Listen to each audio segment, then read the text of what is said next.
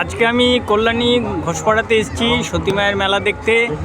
এই দেখুন সতী মায়ের মেলার সব আনুষঙ্গিক সব রয়েছে এবং এই ডান দিকে সতী মার টেম্পলের কিছুটা অংশ দেখা যাচ্ছে।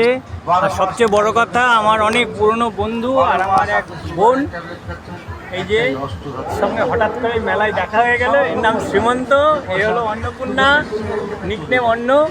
খুব ভালো লাগছে।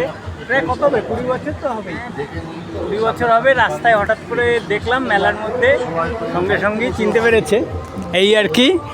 যাক, খুব ভালো লাগছে। এবং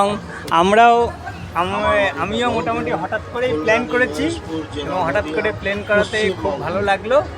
এবং যাক, তোদেরও ভালো লাগছে নিশ্চয়ই।